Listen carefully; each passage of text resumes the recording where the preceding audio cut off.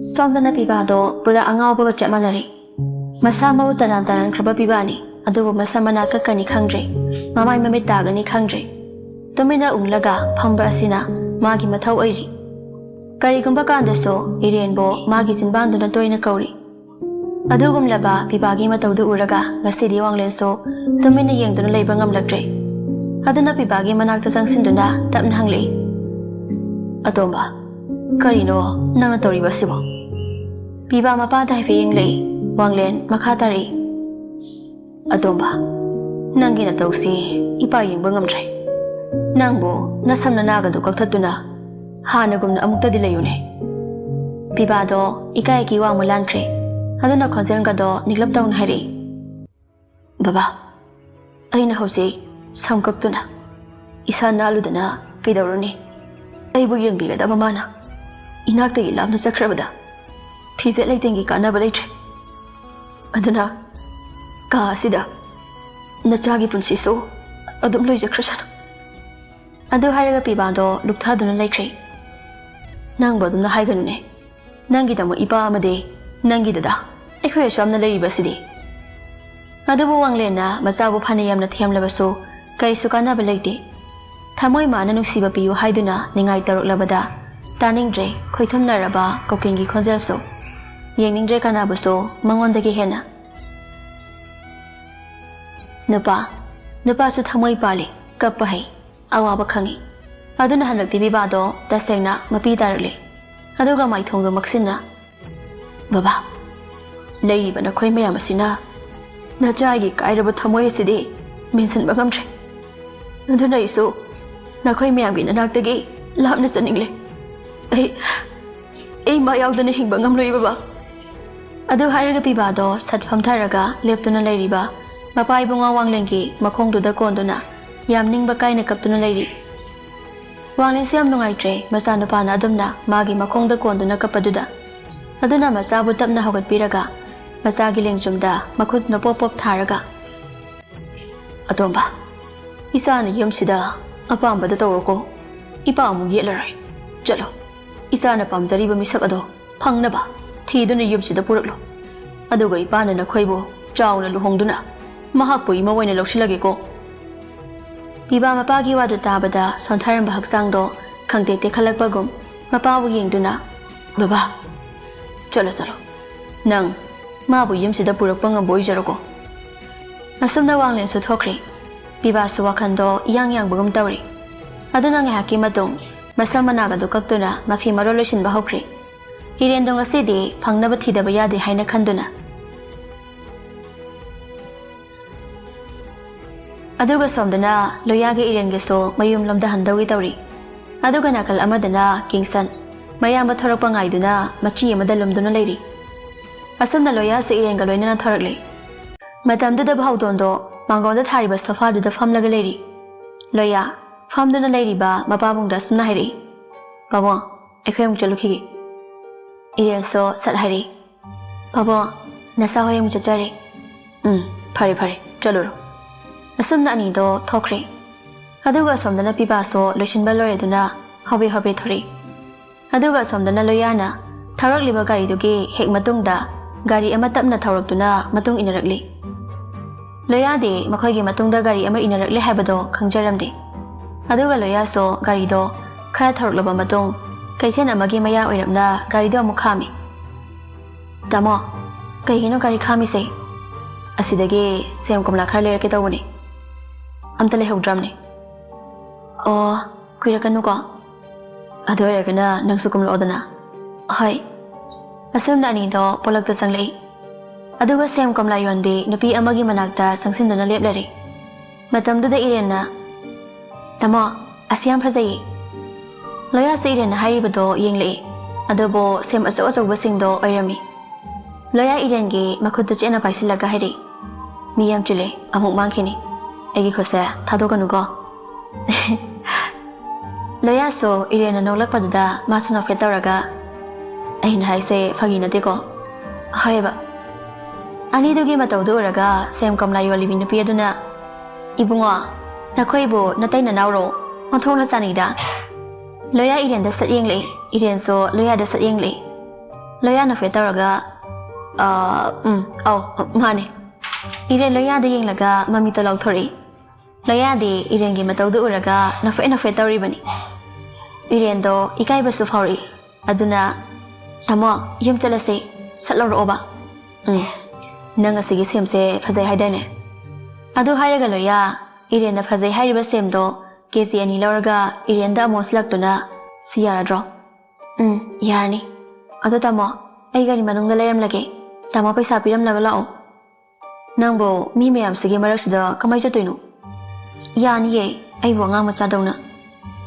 asamna loya so yaraduna iren bo magi manaktagi chathankri aduga loya so magi pocket tagi sanga sabi ama lokthok pirami aduga ising batal ama lawraga iren gi manak lomda laklami aduga somdana iren so loya gi gari manungda famlaga loya lakpa ngai bani aduga somda so piba mayum lamdagi iren thiba lakpa hokri aduga somda so loya iren gi manak yaraga dawri aduga iren so kemda khandana gari manung duda dum famli bani aduba khangaudana loya gi khamduna laiba gari adu tamna nakandagi gari amani hekta safukana thamjilai matam aduda gari manungda famlaga lairibi iren de menman tahaudana khojal hauna laramlaga tumina laikri matam aduda mafam aduda lairam miyoi singado gari accident thoi haiduna koilang langna rei matam aduda loya so gari accident thoi hairakpa aduda khonglai thuna sinsinduna magi gari adugi maikairomda lakpa matamda magi gari aduda atopa gari amani yesinduna leibada uraduna loya yam phina sensanduna iren bu kawe jan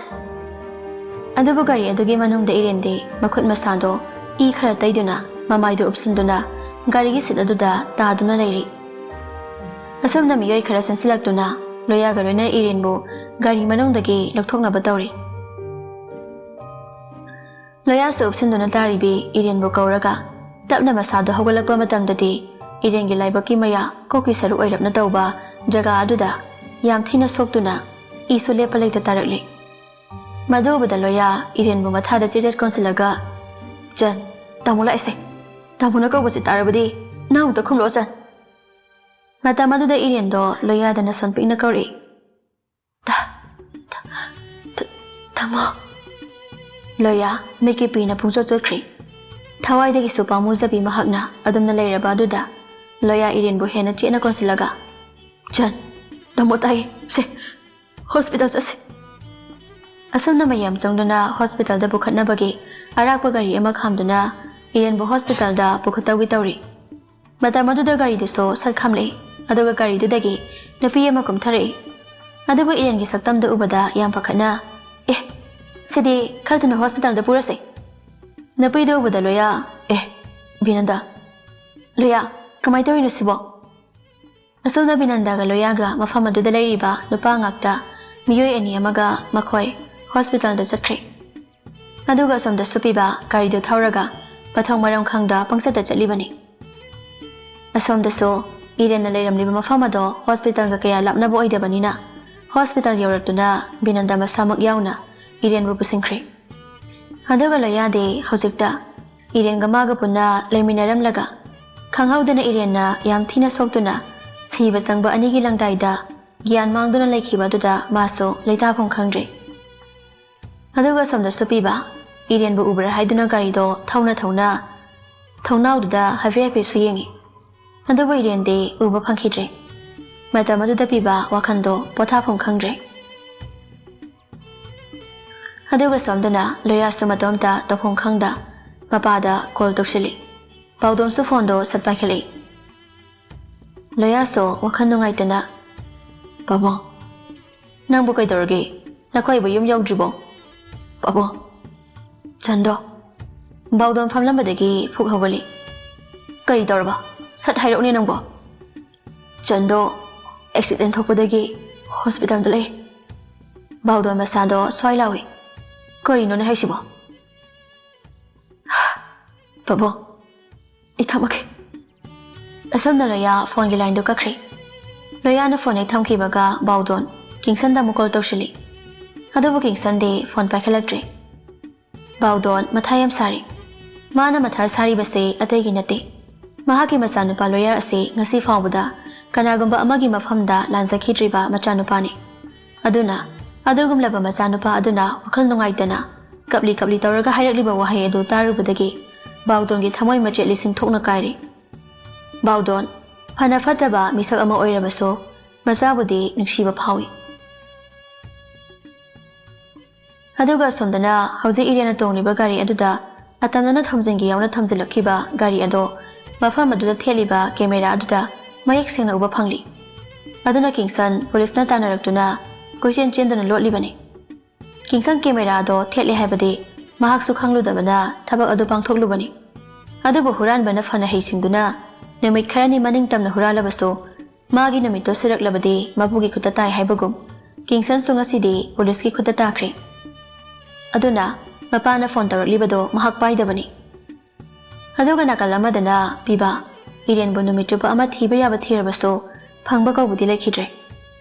ꯑꯗꯨꯒ ꯁꯣꯝꯗꯅ ꯂꯣꯌꯥ ꯇꯧꯐꯝ ꯈꯪꯗꯗꯨꯅ ꯁꯤꯟꯊꯥꯗ call ꯇꯧꯔꯝꯃꯤ꯫ ꯁꯤꯟꯊꯥꯁꯨ ꯁꯠ ꯄꯥꯏꯈꯠꯂꯛꯏ꯫ ꯂꯣꯌꯥ ꯀꯩ ꯂꯩꯔꯒꯦ? ꯂꯣꯌꯥ ꯋꯥꯈꯜꯗꯣ ꯄꯣꯊꯥꯐꯝ ꯈꯪꯗ ꯁꯤꯟꯊꯥ ꯅꯪ ꯑꯃꯨꯛꯇ ꯂꯥꯛꯑꯣ ꯑꯩ ꯀꯣꯛꯁꯤ ꯄꯨꯕ ꯉꯝꯗ꯭ꯔꯦ꯫ ꯂꯣꯌꯥ ꯅꯪ ꯀꯩꯗꯧꯔꯒꯦ? ꯆꯟꯗꯣ ꯀꯩꯗꯧꯔꯒꯦ ꯂꯣꯌꯥ? ꯆꯟꯗꯣ ꯍꯣꯁꯄꯤꯇꯥꯜꯗ ꯄꯨꯈꯠꯂꯦ꯫ ꯀꯩ ꯇꯧꯔꯒꯦ ꯃꯥꯕꯣ? ꯁꯤꯟꯊꯥ ꯁꯤꯗ ꯍꯥꯟꯅ ꯂꯥꯛꯑꯣ ꯑꯗꯨꯒ ꯋꯥꯗꯣ ꯐꯖꯅ ꯍꯥꯏꯔꯒꯦ꯫ ꯑꯁꯨꯝꯅ ꯂꯣꯌꯥ ꯃꯥꯅ ꯂꯩꯔꯤꯕ ꯍꯣꯁꯄꯤꯇꯥꯜꯗꯣ ꯍꯥꯏꯔꯕ ꯃꯇꯨꯡ ꯐꯣꯟꯗꯣ ꯊꯝꯈ꯭ꯔꯦ꯫ ꯑꯗꯨꯒ ꯁꯣꯝꯗꯅ ꯀꯤꯡꯁꯟꯗꯣ ꯐꯥꯔꯒ ꯄꯨꯂꯤꯁꯅ ꯋꯥꯍꯪ ꯄꯥꯎꯈꯨꯝ ꯀꯌꯥ ꯑꯃ ꯆꯠꯊꯔꯤ꯫ ꯀꯤꯡꯁꯟ ꯐꯥꯔꯒ ꯏꯟꯚꯦꯁꯇꯤꯒꯦꯁꯟ ꯆꯠꯊꯔꯤꯕ ꯑꯣꯐꯤꯁꯔ ꯑꯗꯨꯅ ꯋꯥꯡꯂꯦꯟꯗ ꯐꯣꯟ ꯇꯧꯔꯛꯏ꯫ ꯋꯥꯡꯂꯦꯟꯁꯨ ꯍꯟꯗꯛ ꯃꯔꯛ ꯑꯁꯤꯗꯤ ꯋꯥꯈꯜꯗꯣ ꯆꯔꯥꯡꯅꯗꯨꯅ ꯂꯩꯕ ꯃꯔꯝꯅ ꯑꯣꯐꯤꯁꯀ ꯑꯃꯠꯇ ꯆꯠꯇ꯭ꯔꯕꯅꯤ꯫ ꯑꯗꯨꯅ ꯃꯥꯅ ꯎꯪꯗꯨꯅ ꯐꯝꯂꯤꯉꯩ ꯃꯇꯝ ꯑꯗꯨꯗ ꯀꯣꯜ ꯂꯥꯛꯄꯗꯨ ꯇꯥꯗꯨꯅ ꯐꯣꯟꯗꯣ ꯍꯥꯏꯐꯦꯠ ꯌꯦꯡꯂꯒ ꯁꯥꯔ ꯀꯔꯤ ꯂꯩꯔꯦ? ꯑꯗꯨꯒꯤ ꯃꯇꯨꯡ ꯑꯣꯐꯤꯁꯔ ꯑꯗꯨꯅ ꯋꯥꯡꯂꯦꯟꯗ ꯋꯥꯐꯝ ꯈꯔ ꯍꯥꯏꯔꯛꯂꯝꯃꯤ꯫ ꯁꯥꯔ ꯑꯗꯣꯝꯒꯤ ꯏꯆꯥꯅꯨꯄꯤꯗꯣ ꯃꯥꯟꯕ ꯅꯨꯄꯤ ꯃꯆꯥ ꯑꯃ ꯑꯗꯣꯝꯒꯤ ꯃꯟꯇ꯭ꯔꯤ ꯄꯨꯈ꯭ꯔꯤꯗ ꯂꯩꯕ ꯒꯥꯔꯤꯒꯤ ꯁꯣꯔꯨꯝ ꯑꯗꯨꯒ ꯍꯦꯛ ꯃꯥꯌꯣꯛꯅꯅ ꯂꯩꯕ ꯄ꯭ꯔꯣꯄꯥꯏꯇꯔ ꯕꯥꯎꯗꯣꯟꯒꯤ ꯃꯆꯥꯅꯨꯄꯥ ꯀꯤꯡꯁꯟꯅ ꯒꯥꯔꯤꯅ ꯊꯝꯂꯝꯕꯗꯒꯤ ꯍꯧꯖꯤꯛ ꯑꯩꯈꯣꯏꯅ ꯀꯤꯡꯁꯟꯕꯨ ꯐꯥꯔꯤ꯫ ꯑꯗꯨꯅ ꯁꯣꯝ ꯄꯨꯂꯤꯁ ꯁ꯭ꯇꯦꯁꯟꯗ ꯂꯥꯛꯄꯤꯌꯨ꯫ ꯋꯥꯍꯩ ꯑꯗꯨ ꯍꯦꯛ ꯇꯥꯕꯒ ꯋꯥꯡꯂꯦꯟꯅ ꯄꯥꯈꯠꯅ ꯑꯩꯒꯤ ꯏꯆꯥꯇꯣꯝꯕꯤꯕꯣ ꯒꯥꯔꯤ ꯑꯦꯛꯁꯤꯗꯦꯟ ꯊꯣꯛꯂꯕ? ꯑꯁꯨꯝꯅ ꯋꯥꯡꯂꯦꯟ ꯃꯁꯥꯗꯣ ꯌꯥꯝ ꯄꯥꯈꯠꯅ ꯏꯃꯨꯡꯗꯨꯗ ꯂꯩꯔꯤꯕ ꯃꯤꯑꯣꯏꯁꯤꯡ ꯑꯗꯣ ꯂꯣꯏꯅ ꯀꯧꯊꯣꯛꯇꯨꯅ ꯋꯥꯔꯤꯁꯤꯡ ꯑꯗꯨ ꯇꯝꯗꯨꯅ ꯈꯪꯍꯜꯂꯕ ꯃꯇꯨꯡ ꯃꯈꯣꯏ ꯂꯣꯏꯅ ꯄꯨꯂꯤꯁ ꯁ꯭ꯇꯦꯁꯟꯗ ꯆꯠꯈ꯭ꯔꯦ꯫ ꯑꯗꯨꯒ ꯌꯥꯏꯈꯣꯝꯕꯅ ꯄꯤꯕꯥꯗ ꯑꯃꯨꯛ ꯀꯣꯜ ꯇꯧꯔꯛꯂꯤ꯫ ꯅꯨꯃꯤꯠꯁꯨ ꯇꯥꯕ ꯍꯧꯔꯛꯂꯕꯅꯤ꯫ ꯑꯗꯨꯅ ꯄꯤꯕꯥꯗꯣ ꯏꯔꯦꯟ ꯊꯤꯕ ꯈꯪꯗꯕ ꯑꯗꯨꯗ ꯒꯥꯔꯤ ꯃꯅꯨꯡꯗ ꯌꯥꯝ ꯊꯋꯥꯏ ꯅꯨꯡꯉꯥꯏꯇꯅ ꯂꯩꯔꯤꯕꯅꯤ꯫ ꯑꯗꯨꯒꯤ ꯇꯟꯖꯥ ꯑꯗꯨꯗ ꯃꯌꯥꯝꯕꯅ ꯀꯣꯜ ꯇꯧꯔꯛꯄ ꯑꯗꯨꯗ ꯁꯠ ꯄꯥꯏꯈꯠꯂꯤ꯫ ꯅꯥꯎ ꯃꯆꯟꯗꯣ ꯄꯤꯕꯥ ꯃꯌꯥꯝꯕꯅ ꯍꯥꯏꯔꯛꯀꯗꯧꯔꯤꯕ ꯋꯥꯗꯣ ꯉꯥꯏꯉꯝꯗ ꯗꯨꯗꯥ ꯀꯤꯕꯤ ꯀꯩꯗꯧꯔꯒꯦ? ꯃꯆꯟꯗꯣ ꯍꯧꯖꯤꯛ ꯍꯣꯁꯄꯤꯇꯥꯜꯗ ꯁꯤꯕ ꯆꯪꯕ ꯈꯪꯗꯅ ꯂꯩ ꯍꯥꯏꯌꯦ꯫ ꯄꯤꯕꯥꯗꯣ ꯃꯌꯥꯝꯕꯅ ꯍꯥꯏꯔꯛꯂꯤꯕ ꯋꯥꯗꯨ ꯇꯥꯕꯗ ꯗꯨꯗꯥ ꯃꯥꯕꯨ ꯀꯩꯗꯧꯔꯒꯦ ꯗꯨꯗꯥ? ꯑꯁꯨꯝꯅ ꯄꯤꯕꯥꯁꯨ ꯃꯌꯥꯝꯕꯒ ꯋꯥꯔꯤ ꯁꯥꯟꯅꯔꯕ ꯃꯇꯨꯡ ꯍꯣꯁꯄꯤꯇꯥꯜ ꯂꯣꯝꯗ ꯒꯥꯔꯤꯗꯨ ꯊꯧꯈ꯭ꯔꯦ꯫ ꯁꯣꯝꯗꯅ ꯕꯤꯅꯟꯗꯁꯨ ꯏꯔꯦꯟꯕꯨ ꯀꯟꯕ ꯉꯝꯂꯕꯗꯤ ꯍꯥꯏꯗꯨꯅ ꯌꯥꯝ ꯀꯟꯅ ꯍꯣꯠꯅꯔꯤ꯫ ꯑꯗꯨꯕꯨ ꯏꯔꯦꯟꯗꯤ ꯍꯧꯖꯤꯛ ꯐꯥꯎꯕ ꯀꯌꯥ ꯂꯥꯛꯇ꯭ꯔꯤ꯫ ꯑꯁꯨꯝꯅ ꯉꯥꯏꯍꯥꯛꯀꯤ ꯃꯇꯨꯡ ꯁꯤꯟꯊꯥꯁꯨ ꯌꯧꯔꯛꯂꯤ꯫ ꯂꯣꯌꯥꯁꯨ ꯁꯤꯟꯊꯥ ꯎꯕꯗ ꯋꯥꯈꯜꯗꯣ ꯈꯔꯗꯤ ꯆꯥꯎꯊꯣꯛꯆꯩ꯫ ꯑꯁꯨꯝꯅ ꯉꯥꯏꯍꯥꯛꯀꯤ ꯃꯇꯨꯡ ꯃꯊꯪ ꯍꯣꯁꯄꯤꯇꯥꯜꯗ ꯌꯧꯔꯛꯂꯤ꯫ ꯋꯥꯡꯂꯦꯟ ꯐꯖꯕꯤ ꯑꯃꯗꯤ ꯌꯥꯏꯈꯣꯝꯕ ꯄꯤꯕꯥꯒ ꯂꯣꯏꯅꯅ ꯄꯨꯖꯥ ꯊꯨꯡꯂꯔꯤ꯫ ꯑꯁꯨꯝꯅ ꯂꯣꯌꯥꯒ ꯃꯈꯣꯏꯒ ꯄꯨꯜꯂꯞ ꯄꯨꯟꯗꯨꯅ ꯂꯩꯃꯤꯟꯅꯔꯤ꯫ ꯂꯣꯌꯥꯁꯨ ꯊꯧꯗꯣꯛ ꯑꯗꯨꯒꯤ ꯃꯇꯥꯡꯗ ꯋꯥꯡꯂꯦꯟ ꯍꯣꯏꯗ ꯋꯥꯔꯤ ꯂꯤꯗꯨꯅ ꯈꯪꯍꯜꯂꯝꯃꯤ꯫ ꯑꯁꯨꯝꯅ ꯃꯈꯣꯏ ꯏꯔꯦꯟꯕꯨ ꯂꯥꯌꯦꯡꯂꯤꯕ ꯗꯣꯛꯇꯔꯁꯤꯡ ꯑꯗꯣ ꯊꯣꯔꯛꯄ ꯉꯥꯏꯗꯨꯅ ꯂꯩꯈ꯭ꯔꯦ꯫ ꯑꯗꯨꯒ ꯁꯣꯝꯗꯅ ꯀꯤꯡꯁꯟ ꯐꯥꯔꯒ ꯋꯥꯍꯪ ꯄꯥꯎꯈꯨꯝ ꯆꯠꯊꯕ ꯃꯇꯝꯗ ꯃꯄꯥ ꯏꯕꯨꯡ ꯕꯥꯎꯗꯣꯟꯁꯨ ꯆꯦꯟꯅꯔꯛꯂꯤ꯫ ꯑꯗꯨꯅ ꯕꯥꯎꯗꯣꯟꯁꯨ ꯐꯥꯒꯠꯇꯨꯅ ꯑꯣꯐꯤꯁꯔ ꯑꯗꯨꯅ ꯋꯥꯍꯪ ꯀꯌꯥ ꯑꯃ ꯍꯪꯂꯝꯃꯤ꯫ ꯕꯥꯎꯗꯣꯟꯅ ꯍꯥꯏꯔꯛꯄꯒꯤ ꯃꯇꯨꯡ ꯏꯟꯅ ꯍꯧꯖꯤꯛꯇꯤ ꯀꯔꯤꯁꯨ ꯈꯪꯖꯗꯕ ꯃꯆꯥꯅꯨꯄꯥ ꯂꯣꯌꯥꯁꯨ ꯑꯃꯨꯛ ꯆꯦꯟꯅꯔꯛꯂꯤ꯫ ꯂꯣꯌꯥ ꯆꯦꯟꯅꯔꯛꯂꯤꯕꯁꯤ ꯑꯇꯩꯒꯤ ꯅꯠꯇꯦ ꯃꯄꯥ ꯑꯃꯗꯤ ꯃꯅꯥꯎꯅꯨꯄꯥ ꯑꯅꯤꯗꯣ ꯐꯥꯔꯕꯅꯤꯅ ꯏꯃꯨꯡꯗꯨꯗ ꯀꯅꯥ ꯂꯩꯍꯧꯔꯤ ꯍꯥꯏꯅ ꯊꯤꯒꯠꯂꯛꯄ ꯃꯇꯝꯗ ꯂꯣꯌꯥ ꯕꯥꯎꯗꯣꯟꯒꯤ ꯃꯆꯥꯅꯨꯄꯥ ꯑꯣꯏꯔꯨꯕꯅ ꯄꯨꯂꯤꯁ ꯁ꯭ꯇꯦꯁꯟꯗ ꯂꯥꯛꯅꯕꯒꯤ ꯈꯪꯍꯟꯈ꯭ꯔꯦ꯫ ꯂꯣꯌꯥꯗꯤ ꯁꯣꯝꯗ ꯏꯔꯦꯟꯒꯤ ꯃꯊꯥ ꯁꯥꯗꯨꯅ ꯂꯩꯔꯤꯉꯩ ꯆꯤꯔꯛ ꯑꯗꯨꯗ ꯑꯃꯨꯛ ꯄꯨꯂꯤꯁ ꯁ꯭ꯇꯦꯁꯟꯗ ꯂꯥꯛꯑꯣ ꯍꯥꯏꯔꯛꯄꯗꯨꯗ ꯍꯦꯟꯅ ꯋꯥꯈꯜꯗꯨ ꯂꯩꯇꯥꯗ꯭ꯔꯦ꯫ ꯑꯁꯨꯝꯅ ꯂꯣꯌꯥ ꯁꯤꯟꯊꯥꯗ ꯍꯥꯏꯔꯝꯂꯕ ꯃꯇꯨꯡ ꯄꯨꯂꯤꯁ ꯁ꯭ꯇꯦꯁꯟꯗ ꯑꯃꯨꯛ ꯂꯥꯛꯂꯤ꯫ ꯑꯗꯨꯕꯨ ꯕꯥꯎꯗꯣꯟ ꯃꯆꯥꯅꯨꯄꯥ ꯂꯣꯌꯥꯕꯨ ꯎꯕꯃꯛꯇꯗ ꯃꯤꯠꯀꯤ ꯄꯤꯅ ꯏꯆꯥꯎ ꯊꯣꯛꯂꯔꯤ꯫ ꯑꯗꯨꯒ ꯃꯥꯅ ꯇꯧꯈꯤꯕ ꯐꯠꯇꯕ ꯊꯕꯛ ꯃꯌꯥꯝ ꯑꯗꯣ ꯃꯆꯥꯅꯨꯄꯥꯗ ꯂꯣꯏꯅ ꯍꯥꯏꯗꯣꯔꯛꯂꯤ꯫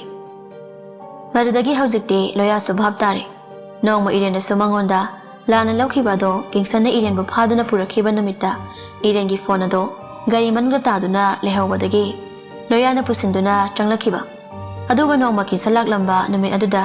이렌나 하이키보 와히케야 로야기나 가운데 따르리 타모 ꯅꯪ ꯑꯩꯕꯨ ꯍꯥꯠꯄ ꯉꯝꯒꯗ꯭ꯔꯥ ꯂꯣꯌꯥ ꯍꯧꯈꯤꯕ ꯁꯤꯡ ꯑꯗꯨ ꯅꯤꯡꯁꯤꯡꯂꯒ ꯃꯇꯣꯟꯇ ꯄ꯭ꯔꯣꯛ ꯆꯥꯛꯂꯤ ꯑꯗꯨꯅ ꯃꯄꯥꯕꯨ ꯊꯤꯅ ꯆꯩꯔꯛꯂꯤ ꯄꯥꯕꯣ ꯉꯁꯤꯗꯤ ꯄꯥꯕꯨꯡꯒꯤ ꯅꯆꯥ ꯑꯣꯏꯔꯤꯕꯅ ꯑꯩ ꯃꯤꯃꯥꯡꯁꯤꯗ ꯆꯣꯛꯄ ꯏꯀꯥꯏꯕ ꯅꯪꯂꯦ ꯋꯥꯔꯤꯁꯤꯡ ꯑꯁꯤ ꯍꯧꯖꯤꯛ ꯍꯣꯁꯄꯤꯇꯥꯜꯒꯤ ꯕꯦꯗꯇ ꯑꯁꯤꯕꯒꯝ ꯇꯥꯗꯨꯅ ꯂꯩꯍꯧꯔꯤꯕꯤ ꯃꯍꯥꯛꯅ ꯈꯪꯈ꯭ꯔꯕꯗꯤ ꯅꯆꯥꯗꯤ ꯀꯔꯤ ꯑꯣꯏꯅꯤ ꯑꯩꯕꯨ ꯃꯥꯒꯤ ꯃꯃꯥꯡꯗ ꯂꯦꯞꯄ ꯉꯝꯈꯤꯒꯗ꯭ꯔꯥ ꯃꯆꯥꯒꯤ ꯃꯇꯧꯗ ꯎꯔꯒ ꯚꯧꯗꯣꯅ ꯏꯄꯥꯒꯤ ꯂꯣꯌꯥ ꯏꯄꯥ ꯂꯥꯜꯂꯦ ꯏꯄꯥꯅ ꯆꯦꯜꯗ ꯂꯩꯇ꯭ꯔꯤꯉꯩ ꯅꯨꯄꯤ ꯃꯆꯥꯗꯨꯒꯤ ꯃꯅꯥꯛꯇ ꯆꯠꯇꯨꯅ ꯍꯥꯏꯅꯈꯤ ꯑꯗꯨꯒ ꯃꯄꯥ ꯏꯕꯨꯡ ꯑꯋꯥꯡꯂꯤꯒꯤ ꯃꯐꯝꯗꯁꯨ ꯍꯥꯏꯖꯈꯤ ꯐꯠꯇꯕ ꯑꯩꯕꯨ ꯄꯤꯅꯤꯡꯕꯗꯪꯗꯤ ꯄꯤꯕꯤꯌꯨ ꯅꯆꯥꯅꯨꯄꯤ ꯑꯗꯨꯗꯤ ꯏꯆꯥꯒꯤꯗꯃꯛ ꯅꯤꯖꯒꯦꯀꯣ ꯏꯄꯥꯅ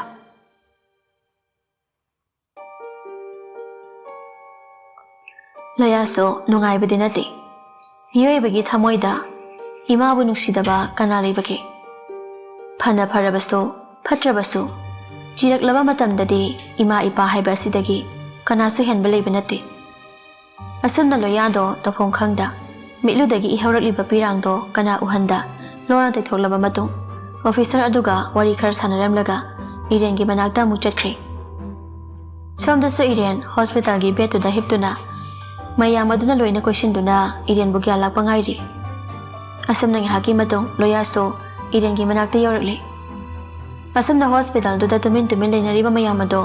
iren gi saktam bu yenglaga kaplibani mayamdagi marakta pibade hena chaina phauri kana tada kebi dato lai nang daton bu ko laroidro loya se hekla paga irengi manak da jangsenduna binanda da hangli binanda mahagya lakiroidro loya pakhat kano mahaki kokta yam thina sopana maram oiraga mahagya laktabani adana ikhoina kupni yenglaba matung hojikti nungsa thiningai oidre loya binandagi wadu tabada binandabo thagat wahi haireklami binanda adombu yam thagachari adomna kana hotnabiduna mahakbu asoi angam yahanbidabase loya miyoiba haibase amana amagi mateng pangnaduna hingminagadabani adugi tanza aduda irendo makhut masa lengba horakli maduda binandana mayam yengbiyo mahagya lakli madu tabada loya do haraubagini haidura kayino khangdre mapi su tarakli aduga irengi manakta tapna jangsinduna kawi chan pibadi loyana irengi manakta adona jangsinkibaduda magi wakhanda masana masabo yam hanthana khanbagum tawkhre loyagi khonjan tabada irenso mamito tapna pangli loya madubada hainingai leitana mapido mathong maram khangda taraklabani iren mamit he panglakpaga loyana dumna magi mamangda manakta maithong sukna leptuna leirambadubada tamo loya irengi makhutuda chejat paisilaga thingamdraba piranga loinana tamo taichan iren atai leiriba taisinga dudi udribani magi kokton mayaromda leptuna lekhibana maram oiraga ai wa mata haisage ba ayo nang hainingbato irengi pusidi awaba ngakta loina duna lakpana magi miki pisto loiba naidi asumna mitludagi pirang ihawna tamo ai asumna aso apanang duna awaba tare haibase baba dada amadi daton hoida haibi kanuko irengi wadu tabada magi manakta leiriba mapa ibung wangena madi piba yaikhomba makoi ahomdi meki pi khamba yada lukthaduna lekhre tamo aise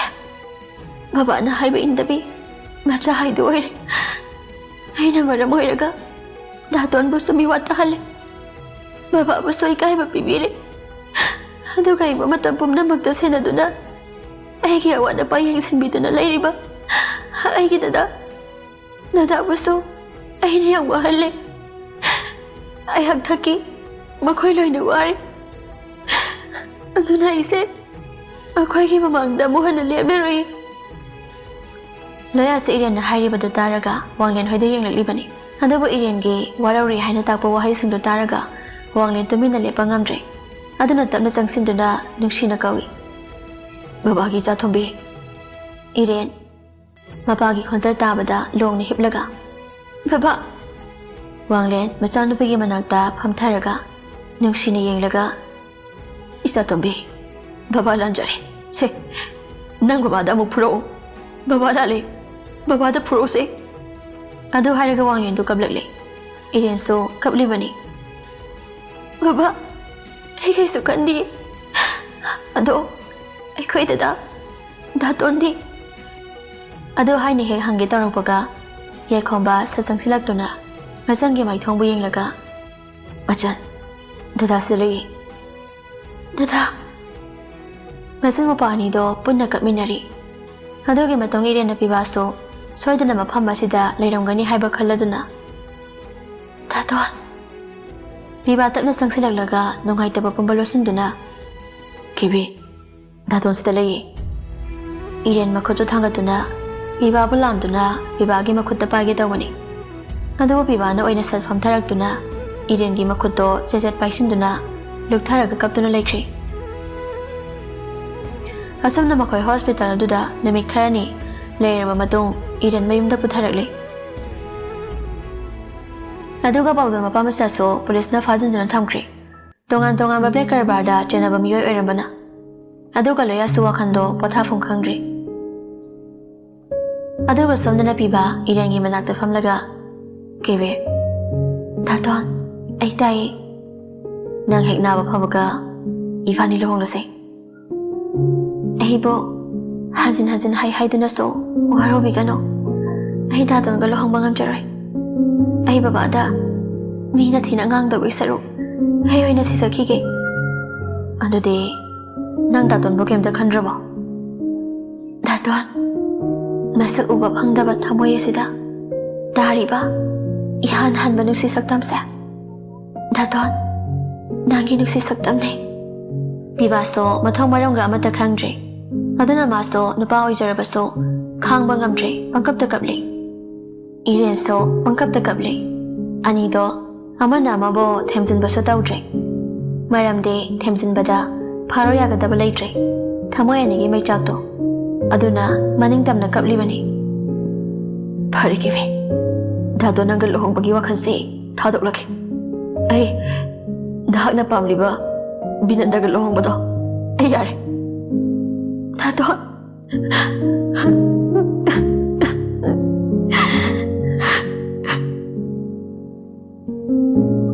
adubo ai na lohong jige mamangda nang hana lohong lasiko Irian kapada basado dasing na wari asomna Wanglen so makoina sanariba wari ado loina tarami masi imada leptuna adugi matong Wanglen lukhoi ga amu yasinaduna biranda ka pibaga lohongba haibado amu yanakre aduga Irian so loyada lohong lasi haiduna makhoi amasu yasinaduna pibana haibagi matong ina Irian hana lohongba dari aduga loyadi somda Irian ga panthong yorani khanbada mapukningdo yam charangnari aduga somdana pibadi Irian lohong khrani khanbada matang pumnamakta ungduna leiri Irian so pibagi matausi uraga adum kaplibani asomna thuba matamda Irian ga loya ga lohongbagi namit lepkhre Irian hek lohongba loibaga piba amuk lohongnaba afaba namit thaban yengkhre asomna namit khrani haujan khiduna ngasidi Irian gi lohongba namitni aduba pibadi magi kadagi thoraktre somda so Irian kundo lengnaba sem saduna leiri aduba Irian gi mitki pidi lepa lektre asomna ngaki matong kundo lengba loreduna chak chanabagi sem sanarakle matam aduda pibadi yawbu ude aduna Irian do pibagi kada sangle aduba pibadi longni hiplaga mapido lepa leite sinthaduna yengkiba mafam amada mifam hongda leiri matamduda Irian na dadon piba Irian gi khonjal tabada mapido sasa taitholaga tapna hawgaduna ahaw dadon tai nang kundoleng balorabo ꯂꯣꯏꯔꯦ ꯑꯗꯣ ꯆꯥꯛ ꯆꯥꯔꯁꯤ ꯂꯥꯛꯑꯣ ꯅꯪꯁꯦ ꯉꯁꯤꯗꯤ ꯌꯥꯝ ꯐꯖꯩ ꯗꯥꯇꯣꯟ ꯀꯦꯕꯤ ꯉꯁꯤꯗꯒꯤ ꯅꯪꯁꯦ ꯃꯤꯒꯤ ꯑꯣꯏꯈ꯭ꯔꯅꯤꯀꯣ 이렌 ꯀꯞꯂꯔꯣꯏ ꯍꯥꯏꯅ ꯐꯅ ꯀꯟꯅ ꯍꯣꯠꯅꯖꯕꯅꯤ ꯑꯗꯨꯕꯨ ꯀꯗꯣꯝꯗꯒꯤ ꯇꯥꯔꯛꯈꯤꯕ ꯄꯤꯅꯣ ꯈꯪꯍꯧꯗ ꯗꯥꯇꯣꯟ ꯅꯪ ꯅꯀꯣꯛ ꯐꯥꯎꯕ ꯆꯤꯛꯇꯅ ꯅꯨꯡꯉꯥꯏꯅ ꯄꯥꯜꯂꯨꯀꯣ ꯗꯥꯇꯣꯟ ꯑꯩ ꯀꯔꯤ ꯈꯨꯝꯃꯣ ꯍꯥꯏꯅꯣ ꯑꯗꯨ ꯍꯥꯏꯗꯨꯅ 이렌 ꯈꯣꯟꯖꯦꯜ ꯊꯣꯛꯅ ꯀꯞꯂꯛꯂꯦ ꯄꯤꯕꯥ 이렌ꯕꯨ ꯃꯅꯥꯛꯇ ꯇꯞꯅ ꯆꯤꯡꯁꯤꯜꯂꯒ ꯁꯦ ꯀꯞꯀꯅꯨ ꯂꯥꯛꯑꯣ ꯆꯥꯛ ꯆꯥꯔꯨꯁꯤ ꯑꯗꯨꯕꯨ 이렌ꯗꯤ ꯄꯤꯕꯥꯗ ꯆꯦꯆꯠ ꯀꯣꯟꯁꯤꯟꯗꯨꯅ ꯗꯥꯇꯣꯟ ꯄꯤꯕꯥꯁꯨ 이렌ꯕꯨ ꯃꯊꯥꯗ ꯆꯦꯠꯅ ꯀꯣꯟꯁꯤꯜꯂꯒ ꯅꯪ ꯂꯩꯇꯕ ꯌꯨꯝꯁꯦ ꯏꯍꯥꯡ ꯍꯥꯡꯍꯧꯔꯅꯤ ꯗꯥꯇꯣꯟ ꯀꯅꯥꯕꯨ ꯌꯦꯡꯗꯨꯅ ꯂꯩꯍꯧꯒꯗꯕꯅꯣ ꯈꯪꯗ꯭ꯔꯦ ꯀꯦꯕꯤ ꯑꯁꯨꯝꯅ ꯑꯅꯤꯗꯣ ꯀꯞꯄ ꯌꯥꯕ ꯀꯞꯃꯤꯟꯅꯔꯕ ꯃꯇꯨꯡ ꯑꯃꯨꯛ ꯊꯣꯔꯛꯇꯨꯅ ꯆꯥꯛ ꯆꯥꯗꯧꯒꯤ ꯄꯔꯤꯡ ꯁꯥꯅ ꯐꯝꯂꯔꯦ ꯋꯥꯡꯂꯦꯟꯒ ꯐꯖꯕꯤꯒ ꯃꯈꯣꯏ ꯑꯅꯤꯒꯤ ꯃꯌꯥꯏꯗ 이렌 ꯐꯝꯂꯤ ꯑꯗꯨꯒ ꯅꯥꯀꯟ ꯅꯥꯀꯟꯗꯅ ꯄꯤꯕꯥ ꯑꯃꯗꯤ ꯌꯥꯏꯈꯣꯝꯕ ꯐꯝꯂꯤ ꯋꯥꯡꯂꯦꯟꯅ 이렌ꯕꯨ ꯆꯥꯛ 이ꯂꯛꯏ 이렌 ꯃꯄꯥꯕꯨ ꯀꯧꯔꯒ ꯀꯣꯟꯁꯤꯟꯗꯨꯅ ꯕꯕꯥ ꯀꯞꯀꯅꯨ ꯀꯔꯤꯒꯤ ꯀꯞꯂꯤꯕꯅꯣ ꯐꯖꯕꯤꯁꯨ 이렌ꯕꯨ ꯆꯥꯛꯇꯣ ꯑꯃꯨꯛ ꯏꯟꯕꯤꯗꯨꯅ 이마ꯒꯤ 이렌 이마는 ꯅꯪꯕꯨ ꯄꯤꯛꯂꯤꯉꯩꯒꯤ ꯃꯇꯝꯗ ꯆꯥꯛ ꯏꯟꯈꯤꯗꯦ ꯍꯥꯏꯅ ꯋꯥꯔꯧꯒꯅꯨꯀꯣ ꯉꯁꯤꯗꯤ 이마ꯅ ꯆꯥꯛ ꯏꯟꯕꯤꯒꯦꯀꯣ 이마 ꯌꯥꯏꯈꯣꯝꯕꯅ ꯑꯃꯨꯛ ꯏꯟꯕꯤꯔꯒ ꯃꯆꯟ ꯉꯁꯤꯗꯒꯤ ꯑꯃꯨꯛ ꯍꯟꯅ 이전ꯕꯨ ꯆꯥꯛ ꯏꯟꯕ ꯐꯪꯂꯔꯣꯏꯀꯣ ꯁꯦ ꯗꯗꯥꯅ 이리ꯕ ꯆꯥꯛꯁꯦ ꯆꯥꯔꯣꯀꯣ ꯗꯗꯥ ꯑꯔꯣꯏꯕꯗ 이렌 ꯄꯤꯕꯥꯒꯤꯗ ꯑꯃꯨꯛ ꯃꯁꯥꯗꯣ ꯈꯔ ꯂꯩꯁꯤꯜꯂꯒ ꯗꯥꯇꯣꯟ ꯑꯗꯨꯕꯨ ꯄꯤꯕꯥꯗꯤ ꯂꯨꯛꯊꯈꯤꯕꯗꯨꯗꯒꯤ ꯃꯃꯥꯏꯗꯣ ꯅꯣꯡꯈꯠꯂꯛꯇꯕꯤꯗ ꯇꯞꯅ ꯑꯍꯥꯎ ꯅꯆꯟꯕꯨ ꯆꯥꯛ ꯏꯟꯕꯤꯔꯣ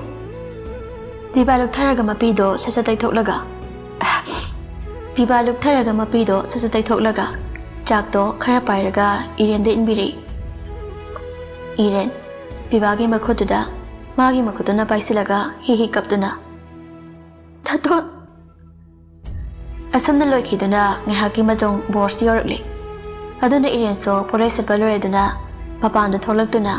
ꯂꯩ ꯀꯣꯏꯕ ꯍꯧꯈ꯭ꯔꯦ ꯑꯗꯨꯒꯤ ꯃꯇꯨꯡ ꯉꯥꯏꯍꯥꯛ ꯂꯩꯔꯒ ꯂꯨꯍꯣꯡꯕꯗꯨ ꯂꯣꯏꯈꯤꯗꯨꯅ 이렌 ꯅꯨꯄꯥ ꯃꯌꯨꯝꯗ ꯊꯤꯟꯅꯕꯒꯤ ꯊꯧꯔꯛꯂꯤ ꯑꯁꯨꯝꯅ ꯃꯄꯥ ꯑꯃꯗꯤ ꯃꯃꯥ ꯃꯊꯪ ꯈꯣꯏꯔꯝꯗꯨꯅ ꯂꯥꯛꯄꯅ ꯄꯤꯕꯥꯒꯤ ꯃꯥꯡꯗ ꯂꯦꯞꯇꯨꯅ ꯗꯥꯇꯣꯟ ꯑꯩꯕꯨ ꯌꯥꯏꯐ ꯃꯪꯒꯣꯜ ꯄꯤꯕꯤꯔꯣ ꯄꯤꯕꯥ 이렌ꯒꯤ ꯃꯀꯣꯛꯇꯨꯗ ꯅꯥꯟꯊꯔꯒ ꯅꯨꯡꯉꯥꯏꯅ ꯄꯥꯜꯂꯨꯀꯣ ꯀꯦꯕꯤ 이렌 ꯀꯞꯅ ꯍꯥꯏꯕꯒꯨꯝ ꯃꯉꯛꯇꯨ ꯅꯣꯝꯂꯛꯏ ꯑꯁꯨꯝꯅ ꯄꯨꯖꯥꯅ 이렌ꯕꯨ ꯀꯣꯟꯗꯨꯅ ꯅꯨꯄꯥ ꯃꯌꯨꯝꯗ ꯊꯤꯜꯂꯨꯅꯕꯒꯤꯗꯃꯛ ꯊꯣꯛꯈ꯭ꯔꯦ ꯑꯗꯨꯒ ꯐꯖꯕꯤꯁꯨ ꯀꯞꯇꯨꯅ 이렌ꯅ ꯆꯠꯈꯤꯕ ꯃꯥꯏꯀꯩꯗꯣ ꯌꯦꯡꯗꯨꯅ ꯂꯩꯍꯧꯔꯤ ꯑꯁꯨꯝꯅ ꯉꯥꯏꯍꯥꯛꯀꯤ ꯃꯇꯨꯡ ꯂꯣꯌꯥꯒꯤ ꯃꯌꯨꯝ ꯌꯧꯔꯛꯂꯤ ꯑꯗꯨꯒ ꯅꯨꯄꯤ ꯃꯌꯨꯝꯗꯒꯤ ꯂꯥꯛꯂꯤꯕ ꯃꯤꯑꯣꯏꯁꯤꯡ ꯑꯗꯣ ꯉꯥꯏꯍꯥꯛ ꯐꯝꯂꯝꯂꯒ ꯆꯠꯅꯕꯒꯤ ꯇꯧꯔꯛꯏ ꯃꯇꯝꯗꯨꯗ ꯌꯥꯏꯈꯣꯝꯕ ꯑꯃꯗꯤ ꯄꯤꯕꯥ ꯆꯪꯂꯛꯇꯨꯅ 이렌ꯒꯤ ꯃꯀꯣꯛꯇ ꯅꯥꯟꯊꯔꯒ ꯌꯥꯏꯐ ꯃꯪꯒꯣꯜ ꯄꯤꯅꯔꯕ ꯃꯇꯨꯡ ꯄꯨꯖꯥꯅ ꯆꯟ ꯑꯗꯨꯗꯤ ꯏꯅꯝꯃꯁꯨ ꯑꯃꯨꯛ ꯆꯠꯂꯒꯦꯀꯣ ꯅꯀꯣꯛ ꯐꯥꯎꯕ ꯆꯤꯛꯇꯨꯅ ꯅꯨꯡꯉꯥꯏꯅ ꯄꯥꯜꯂꯨꯀꯣ ꯑꯁꯨꯝꯅ ꯃꯈꯣꯏ ꯂꯣꯏꯅ ꯆꯠꯈ꯭ꯔꯤ ꯍꯧꯖꯤꯛꯇꯤ ꯏꯃꯨꯡꯗꯣ ꯏꯆꯤꯛ ꯆꯤꯛꯏ ꯇꯤꯜꯂꯝꯕ ꯃꯤꯁꯤꯡꯁꯨ ꯂꯣꯏꯅ ꯆꯠꯅꯈ꯭ꯔꯤ ꯃꯈꯣꯏꯁꯨ ꯆꯥꯛ ꯆꯥꯔꯕ ꯃꯇꯨꯡ ꯃꯥꯒꯤ ꯀꯥꯗ ꯇꯨꯝꯕ ꯆꯪꯅꯈ꯭ꯔꯤ ꯂꯣꯌꯥꯁꯨ 이렌ꯒꯤ ꯃꯅꯥꯛꯇ ꯆꯪꯂꯛꯏ ꯑꯗꯨꯒ ꯆꯟ ꯇꯥꯃꯣ ꯉꯁꯤꯗꯤ ꯅꯪꯁꯦ ꯑꯩꯒꯤ ꯑꯣꯏꯔꯦꯀꯣ ꯅꯪꯁꯦ ꯌꯥꯝ ꯅꯨꯡꯁꯤ ꯅꯪꯕꯨ ꯑꯩꯒꯤ ꯑꯣꯏꯕ ꯐꯪꯂꯣꯏꯗ꯭ꯔꯥ ꯍꯥꯏꯅ ꯌꯥꯝ ꯋꯥꯖꯈꯤꯕꯅꯤ ꯑꯗꯨꯕꯨ ꯏꯁꯣꯔꯅ ꯑꯩꯒꯤ ꯑꯋꯥꯕꯁꯨ ꯎꯕꯤꯔꯝꯂꯦ ꯉꯁꯤꯗꯤ ꯌꯥꯝ ꯊꯥꯖꯗꯅ ꯅꯪꯁꯦ ꯑꯩꯒꯤ ꯑꯣꯏꯔꯦ 이렌 ꯄꯤꯕꯥꯒꯤ ꯈꯜꯂꯨꯕꯗ ꯋꯥꯈꯜꯗꯨ ꯌꯥꯝ ꯅꯨꯡꯉꯥꯏꯇꯅ ꯂꯩꯔꯝꯕꯅꯤ ꯑꯗꯨꯕꯨ ꯂꯣꯌꯥꯒꯤ ꯃꯤꯅꯨꯡꯁꯤ ꯑꯁꯤ ꯎꯕꯗ ꯇꯥꯃꯣ ꯑꯩꯕꯨ ꯃꯇꯝ ꯆꯨꯞꯄꯒꯤ ꯑꯗꯨꯝ ꯅꯨꯡꯁꯤꯕꯤꯌꯨꯀꯣ ꯑꯁꯨꯝꯅ ꯂꯣꯌꯥꯅ 이렌ꯕꯨ ꯆꯦꯠꯅ ꯀꯣꯟꯕꯤꯗꯨꯅ ꯑꯅꯤꯗꯣ ꯍꯧꯈꯤꯕ ꯋꯥꯔꯤ ꯀꯌꯥ ꯑꯃ ꯁꯥꯟꯅꯗꯨꯅ ꯑꯍꯤꯡꯗꯨꯃ ꯍꯧꯈ꯭ꯔꯦ ꯑꯁꯨꯝꯅ ꯋꯥꯡꯂꯦꯟꯅ ꯃꯆꯥꯅꯨꯄꯤ 이렌ꯕꯨ ꯑꯑꯣꯡ ꯑꯣꯟ ꯆꯥꯎꯅ ꯇꯝꯕꯤꯗꯨꯅ ꯂꯣꯌꯥꯗ ꯂꯨꯍꯣꯡꯕꯤꯈ꯭ꯔꯕ ꯃꯇꯨꯡ ꯃꯇꯝ ꯈꯔ ꯂꯩꯔꯒ ꯄꯤꯕꯥꯁꯨ ꯕꯤꯅꯟꯗꯒ ꯑꯃꯨꯛ ꯂꯨꯍꯣꯡꯈ꯭ꯔꯦ ꯑꯁꯨꯝꯅ ꯑꯍꯜ ꯂꯃꯟꯁꯤꯡꯁꯨ ꯂꯣꯏꯅ ꯌꯥꯁꯤꯟꯅꯗꯨꯅ ꯃꯈꯣꯏ ꯂꯣꯏꯅ ꯍꯔꯥꯎ ꯂꯩꯈ꯭ꯔꯦ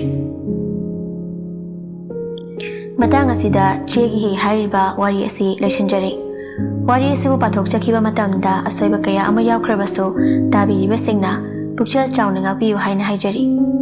ꯃꯊꯪꯗꯁꯨ ꯅꯨꯡꯉꯥꯏꯕ ꯋꯥꯔꯤ ꯀꯌꯥ ꯑꯃ ꯄꯨꯗꯨꯅ ꯂꯥꯛꯆꯒꯦ ꯆꯦꯅꯦꯜ ꯑꯁꯤꯕꯨ ꯂꯦꯞꯇꯅ ꯃꯌꯥꯝꯅ ꯇꯨꯡ ꯀꯣꯏꯅ ꯁꯄꯣꯔꯠ ꯇꯧꯕꯤꯌꯨ ꯍꯥꯏꯖꯔꯤ